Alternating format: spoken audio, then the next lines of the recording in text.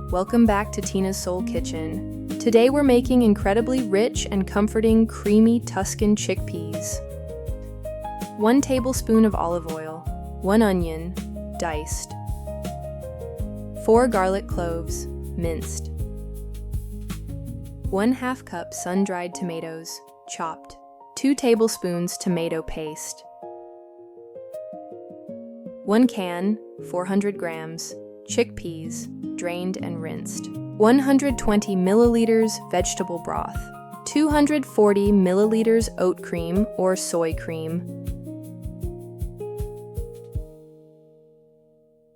1 teaspoon Italian seasoning, 3 cups fresh spinach,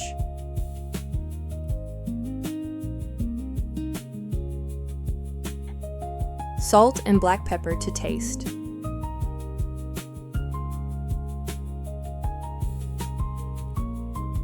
Serve warm over fluffy white rice. It's the perfect cozy dinner. Enjoy.